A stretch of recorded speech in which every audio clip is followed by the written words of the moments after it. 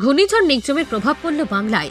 সকাল থেকেই বৃষ্টিপাতের জেরে ধান ও আলু চাষিদের মাথায় হাত। সারা বছরের পেটের জন্য অন্ন পড়ে রয়েছে মাঠে।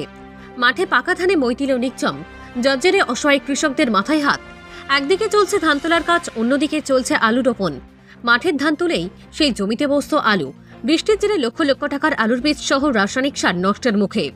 যদি প্রবল বৃষ্টি হয়, আলুর বীজ কি হবে?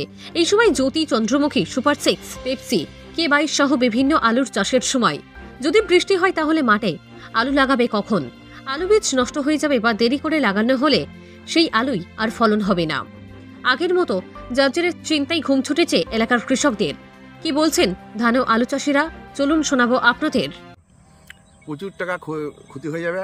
হ্যাঁ, 1 লাখ 1.5 লাখ সব মাল তোলা আছে।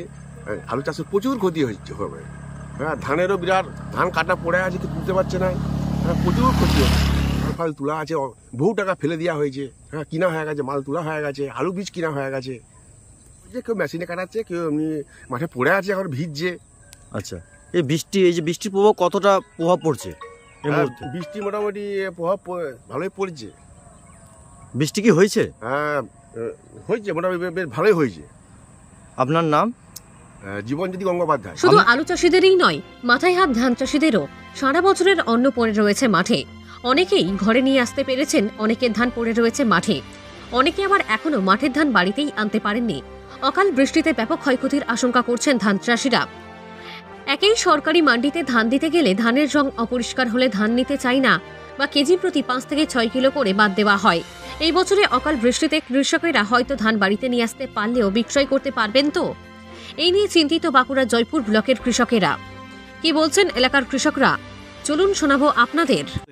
সমস্যা খুবই, সকাল থেকে বৃষ্টি, এখানে প্রায় 100 বিঘের মতো বাঁধা। 100 বিঘে ধান পড়ে আছে এবং প্রত্যেকটি চাষি ক্লান্ত এবং ভিজে জর্জরিত। কিন্তু যে পজিশন চাষিরা যে ধানটা জড়ো করছে, এই ধানটা আদৌ ঠিক থাকবে কি না বিরাট চিন্তা। মনে হচ্ছে সব পিলে হয়ে যাবে। সরকার, হ্যাঁ, দাগ পিলে হয়ে যাবে, পিলে যেটা বলে। আর মার্কেটে বিক্রি হওয়ার সম্ভাবনা খুব কম, তবুও সামান্য লাগিয়েছি, আর তো লাগাতে পারি না। মাল বীজ তুলা আছে, এই বৃষ্টি হয়ে গেলে প্রচুর ক্ষতি হয়ে যাবে। লেবার পাওয়া যাচ্ছে না, ফেলে দেওয়া ছাড়া কোনো উপায় নাই। তো সামান্য উঠেছে, সামান্য আছে। আর কাটা পড়ে আছে নাকি? হ্যাঁ, কাটা পড়ে আছে। তাতে এবার তো যদি বৃষ্টি হয়ে যায় ধানটাও নষ্ট হয়ে যাবে। ধানটাও নষ্ট হবে। কতটা ভয়ের মধ্যে রয়েছেন এই যে বৃষ্টি যদি হয়ে যায়? বৃষ্টি হয়ে গেলে তো এমন ভয় লাগছে যে কি বলবো, প্রচুর ক্ষতি হয়ে যাবে।